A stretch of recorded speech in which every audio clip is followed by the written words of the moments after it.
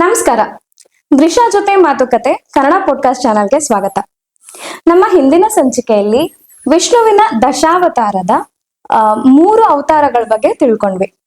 ಇವತ್ತಿನ ಎಪಿಸೋಡ್ ನಲ್ಲಿ ಮುಂದಿನ ಅವತಾರಗಳ ಬಗ್ಗೆ ತಿಳ್ಕೊಳ್ಳೋಣ.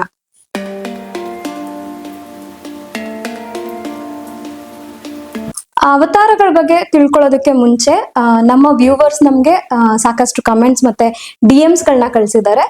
ಅದನ್ನ ಮೊದಲು ನೋಡೋಣ. ಖಂಡಿತವಾಗಿ. ನಮ್ಮ ಹಿಂದಿನ ಎಪಿಸೋಡ್ಗೆ ನೀವುಗಳು ಸಾಕಷ್ಟು ಮೆಚ್ಚುಗೆಯನ್ನ ವ್ಯಕ್ತಪಡಿಸಿದ್ದೀರಾ, ಹಾಗೆ ನಮ್ಗೆ ಒಳ್ಳೆ ಒಳ್ಳೆ ಕಮೆಂಟ್ಸ್ ಗಳನ್ನ ಕೂಡ ಕಳ್ಸಿದ್ದೀರಾ. ಅದರಲ್ಲಿ ಒಂದು ಕಮೆಂಟ್, ಜಯ ವಿಜಯರು ದ್ವಾರಪಾಲಕರು ಅಂತ ಗೊತ್ತಿತ್ತು, ಆದ್ರೆ ಅವರು ದ್ವಾರಪಾಲಕರಾಗಿದ್ದ ಸ್ಟೋರಿ ಗೊತ್ತಿರ್ಲಿಲ್ಲ, ಇನ್ಫಾರ್ಮೇಶನ್ ತುಂಬಾ ಚೆನ್ನಾಗಿದೆ ಅಂತ ಹೇಳಿದೀರಾ. Thank you so much. ಮತ್ತೆ ಒಬ್ರು ಕೇಳಿದ್ದಾರೆ, ಸಂಧ್ಯಾ ವಂದನೆಯ ವಿಧಾನಗಳನ್ನ ಮತ್ತೆ ಅದರ ಮಂತ್ರದ ಅರ್ಥವನ್ನ ತಿಳಿಸ್ಕೊಡಿ ಅಂತ. ಡೆಫಿನೆಟ್ಲಿ ನಮ್ಮ ಮುಂದಿನ ಸಂಚಿಕೆಯಲ್ಲಿ ಈ ವಿಷಯದ ಬಗ್ಗೆ ನಾವು ಡೆಫಿನೆಟ್ಲಿ ಡಿಸ್ಕಸ್ ಮಾಡೋಣ. ಅದಕ್ಕೆ ಒಂದು ಸಪರೇಟ್ ಎಪಿಸೋಡ್ ಮಾಡೋಣ.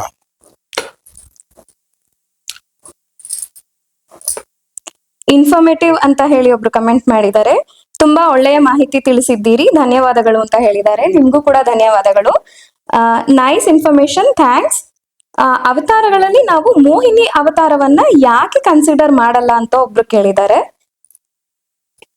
ಓಕೆ, ಇದಕ್ಕೆ ಆನ್ಸರ್ ಮಾಡ್ತೀರಾ? ನಾನು ಕ್ವಶನ್ ಮುಗಿಸ್ಬಿಡ್ಲ. ಮೋಹಿನಿ ಅವತಾರನೇ.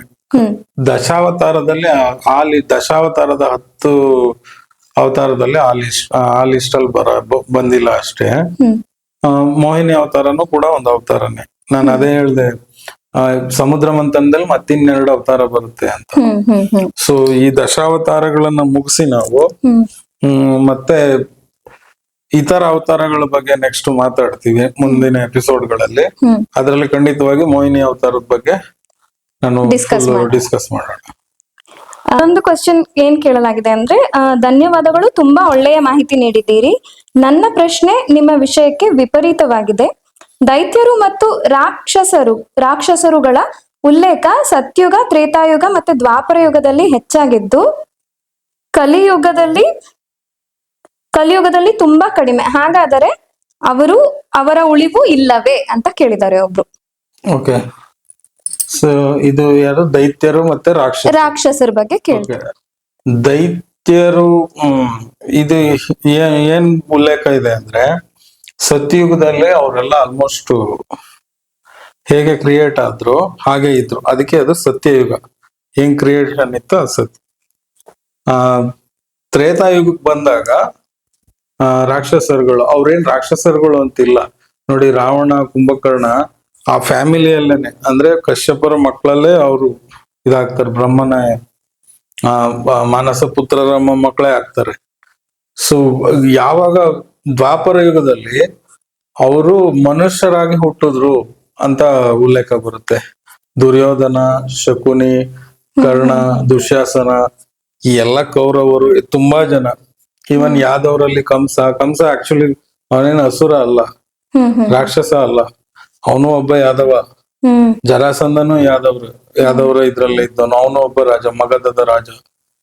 ಇವರೆಲ್ಲ ಮನುಷ್ಯರಾಗಿ, ಕ್ಷತ್ರಿಯರಾಗಿ ಅಥವಾ ಬೇರೆ ಬೇರೆ ಇದ್ರಲ್ಲಿ ಹುಟ್ಟಿದ್ರು ಅಂತ. ಸೊ ಕಲಿಯುಗದಲ್ಲಿ ರಾಕ್ಷಸ ಅನ್ನೋದು ಆಕ್ಚುಲಿ ಅದೇನೊಂದು ಸಪರೇಟ್ ಗುಂಪಾಗಿ ವಿಜುವಲಿ ನಾವೇನ್ ನೋಡಿದೀವಿ ಭಯಾನಕವಾಗಿ, ಅದಲ್ಲ. ರಾಕ್ಷಸರು ಅಂತ ಅಥವಾ ರಾಕ್ಷಸ ಅಂತಂದ್ರೆ ತಮೋಗುಣ ಹೆಚ್ಚಾಗಿ ಅದೊಂದು ಪ್ರವೃತ್ತಿ. ಅಂದ್ರೆ ಯಾರು ಒಳ್ಳೆಯವರಿಗೆ ತೊಂದರೆ ಕೊಡೋದು, ಈ ರೀತಿ ಅಧರ್ಮದ ಕಡೆಗೆ ನಡೀತಾರೋ ಅವ್ರನ್ನೆಲ್ಲ ರಾಕ್ಷಸರು ಅನ್ನೋತರ.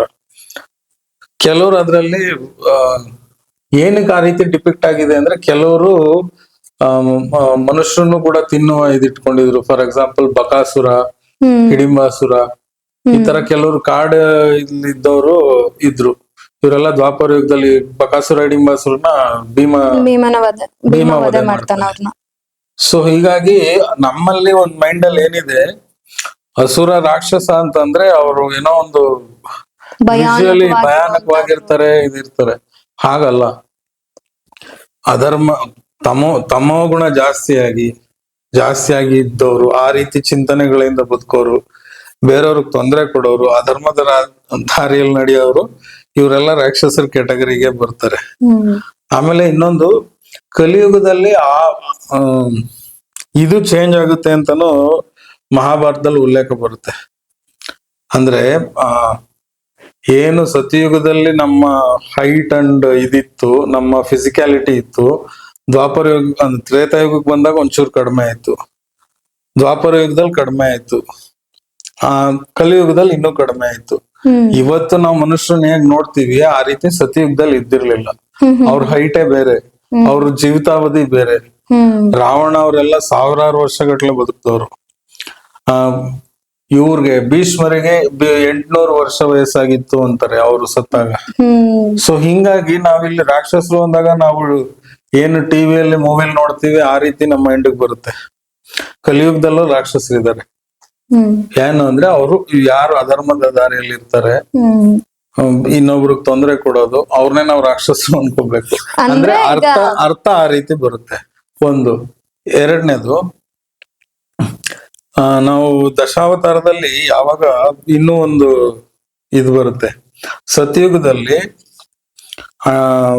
ಏನು ದೇವರು ಮತ್ತೆ ದಾನವರು ಇದ್ರಲ್ಲ, ಅವರು ಒಂದೇ ತಂದೆಗೆ ಹುಟ್ಟಿದವರು. ಕಶ್ಯಪರ ಮಕ್ಕಳೇನೆ, ಅದಿತಿಯ ಮಕ್ಕಳು ಮತ್ತೆ ದಿತಿ ಧನುವಿನ ಮಕ್ಕಳು. ಬೇರೆ ಬೇರೆ ಹೆಂಡತಿಯರಾದ್ರು ಒಂದೇ ತಂದೆ ಮಕ್ಕಳು. ಇದಕ್ ಬಂದಾಗ, ತ್ರೇತಾಯುಗದಲ್ಲಿ ಬಂದಾಗ ಬೇರೆ ಬೇರೆ ರಾಜ್ಯ, ರಾವಣ ಮತ್ತೆ ರಾಮ ಬೇರೆ ಬೇರೆ ರಾಜ್ಯದಲ್ಲಿ ಬಂತು. ಹೇಗೇನ್ ಇದ್ರಲ್ಲಿ ಬಂದಾಗ ಒಂದೇ ಫ್ಯಾಮಿಲಿಗೆ ಬಂತು. ದ್ವಾಪರ ಯುಗದಲ್ಲಿ ಒಂದೇ ಫ್ಯಾಮಿಲಿಲಿ ಅಣ್ಣ ತಮ್ಮಂದಿರ ಮಕ್ಕಳು. ಸೊ ನೆಕ್ಸ್ಟ್ ನಮ್ಮ ಕಲಿಯುಗದಲ್ಲಿ ಏನಾಗಿದೆ ಅಂದ್ರೆ, ಒಬ್ಬ ಮನುಷ್ಯನೊಳಗೆ ಎರಡು ಇರುತ್ತೆ ಅನ್ನೋದೊಂದು. ಇನ್ನೊಂದು ಏನದು ಆಧ್ಯಾತ್ಮಿಕವಾಗಿ ಚಿಂತನೆ ಮಾಡೋರು ಹೇಳೋ ವಿಚಾರ ಏನಂತಂದ್ರೆ, ನಮ್ಮಲ್ಲೇ ಕೆಟ್ಟದು ಇದೆ, ನಮ್ಮಲ್ಲೇ ಒಳ್ಳೇದು ಇದೆ. ಒಬ್ಬ ಮನುಷ್ಯನ ಒಳಗಡೆ ರಾಮನೂ ಇದ್ದಾನೆ, ರಾವಣನೂ ಇದ್ದಾನೆ ಅನ್ನೋ ರೀತಿ ಹೇಳ್ತಾರೆ. ಸೊ ಅದನ್ನ ನಾವು ಆ ಅರ್ಥದಲ್ಲಿ ಬಂದ್ರೆ, ಇಲ್ಲಿ ರಾಕ್ಷಸರು ಇದು ಅನ್ನೋದೆಲ್ಲ ನಮ್ಮ ಒಳಗಡೆನೆ, ನಮ್ಮ ಯೋಚನೆಗಳಲ್ಲಿದೆ. ನಾವ್ ಯಾವ ರೀತಿ ಯೋಚನೆ ಮಾಡ್ತೀವಿ ಅನ್ನೋ ಕಡೆ ಇದು ಡಿಸೈಡ್ ಆಗುತ್ತೆ. ಬಟ್ ಕಲಿಯುಗದಲ್ಲಿ ಆ ರೀತಿ ರಾಕ್ಷಸ ಅನ್ನೋ ರೀತಿಲಿ ಏನು ಇಲ್ಲ. ಬಟ್ ರಾಕ್ಷಸಿ ಪರ್ವತಿಯವ್ರು ಕಾಣಿಸ್ತಾರೆ ತುಂಬಾ. ಫಾರ್ ಎಕ್ಸಾಂಪಲ್, ಈ ಇದ್ರಲ್ಲಿ ದಾಳಿಗಳು ಮಾಡಿರೋರಾಗ್ಲಿ, ಇನ್ನೊಂದು ದೇಶಗಳ ಮೇಲೆ ಸ್ವಾರ್ಥಕ್ಕೋಸ್ಕರ, ಈ ಮಿಡೇವಲ್ ಇಂಡಿಯಾ, ನಮ್ಮ ಬ್ರಿಟಿಷ್ ದಾಳಿಗಿನ್ನ ಮುಂಚೆ ನಮ್ಮ ಮೇಲೆ ಏನೋ ಭಾರತದ ಮೇಲೆ ಇಷ್ಟು ದಾಳಿ ಆಯ್ತು, ಅದೆಲ್ಲ ರಾಕ್ಷಸ ಪ್ರವೃತ್ತಿನಿ ಅಂತ ಅನ್ಕೋಬೇಕು. ಆಮೇಲೆ ನಂತರ ಹಿಟ್ಲರ್ ಮಾಡಿದ್ದು ಜನೋಸೈಡ್, ಅದೆಲ್ಲ ನೆನ್ಸ್ಕೊಂಡ್ರೆ ಅವ್ರನ್ನೆಲ್ಲ ರಾಕ್ಷಸರು ಅಂತಾನೆ ನಾವು ಕರಿಬಹುದು. ನಮ್ಮ ಏನು ನಮ್ಮ ಇದ್ರಲ್ಲಿ ಏನು ಉಲ್ಲೇಖ ಹೇಳುತ್ತೆ ಆ ರೀತಿ ಯೋಚನೆ ಮಾಡಿದ್ರೆ, ಅವ್ರು ನೋಡೋದಕ್ ಮನುಷ್ಯರೇ, ಅವ್ರ ಯೋಚನೆಗಳು ಆಗಿತ್ತು ಅಂತ.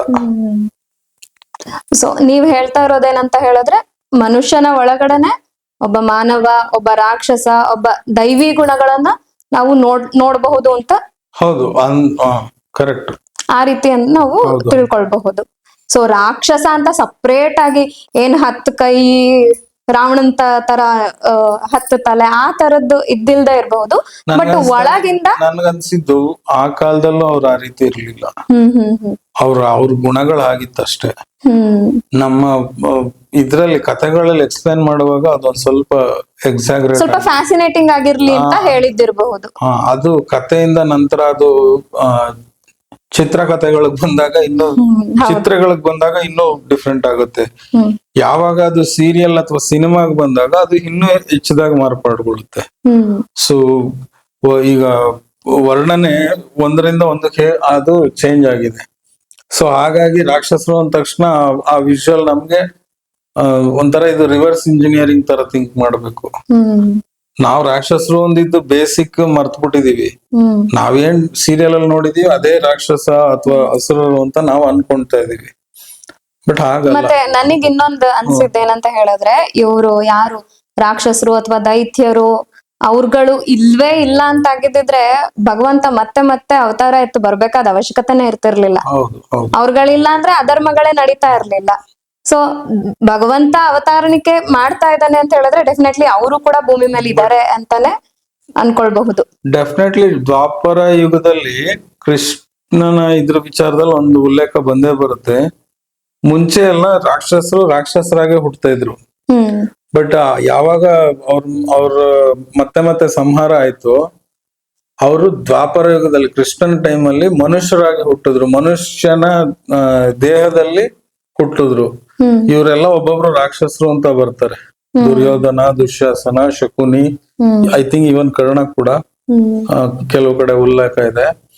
ಇವರೆಲ್ಲ ರಾಕ್ಷಸರು ಅಂತ ಬರ್ತಾರೆ. ದುರ್ಯೋಧನ ಈಗ ಕಲಿಯುಗ ಏನ್ ನಡೀತಿದ್ಯಲ್ಲ, ಕಲಿಯ ಹಿಂದಿನ ಅವತಾರ. ಈ ತರ ಉಲ್ಲೇಖ ಮಹಾಭಾರತದಲ್ಲಿದೆ. ಬಟ್ ದುರ್ಯೋಧನ ರಾಕ್ಷಸ ಅಲ್ಲ, ಬಟ್ ಅವನು ಕಲಿಯ ಅವತಾರ. ಕಲಿ ಏನು ಈಗ ಕಲಿ ಪುರುಷ ಏನಿದಾನೆ ಅದ್ರ ಹಿಂದಿನ ಅವತಾರ ಬಂದು ದುರ್ಯೋಧನ. ಅಂದ್ರೆ ದುರ್ಯೋಧನ ಕಲಿಯಾಗಿಲ್ಲ, ಕಲಿ ಪುರುಷ ಯಾವಾಗ್ಲೂ ಇರ್ತಾನೆ. ಅವನ್ ದ್ವಾಪರ ಯುಗದಲ್ಲಿ ದುರ್ಯೋಧನನಾಗಿ ಹುಟ್ಟಿದ್ದ. ಆ ತರ ಅರ್ಥ, ಅದೇ ಅರ್ಥದಲ್ಲಿ ಇರೋದು ಮಹಾಭಾರತದಲ್ಲಿ. ಸೊ ಇವಾಗ ಅರ್ಥ ಆಯ್ತು ಅಂತ ಅನ್ಕೊಂಡು. ಹೌದು, ಅರ್ಥ ಆಯ್ತು. ಸೊ ದುರ್ಯೋಧನನು ರಾಕ್ಷಸ ಅಲ್ಲ, ಶಕುನಿನೂ ರಾಕ್ಷಸರಲ್ಲ, ಬಟ್ ರಾಕ್ಷಸ ಪ್ರವೃತ್ತಿ ಇದ್ದವ್ರು. ಸೊ ರಾಕ್ಷಸ ಅಂದ್ರೆ ಈ ಅರ್ಥ ಬರುತ್ತೆ. ಈ ಅರ್ಥದಲ್ಲಿ ಯೋಚನೆ ಮಾಡಿದ್ರೆ ನಮ್ಗೆ ಎಷ್ಟೊಂದು ವಿಷಯಗಳು ಕ್ಲಿಯರ್ ಆಗುತ್ತೆ. ಅಲ್ಲಿಗೆ ಈವರೆಗೂ ಕೂಡ ಇವ್ರುಗಳೆಲ್ಲ ಇದಾರೆ ಅಂತ ನಾವು ಕನ್ಸಿಡರ್ ಮಾಡಬಹುದು.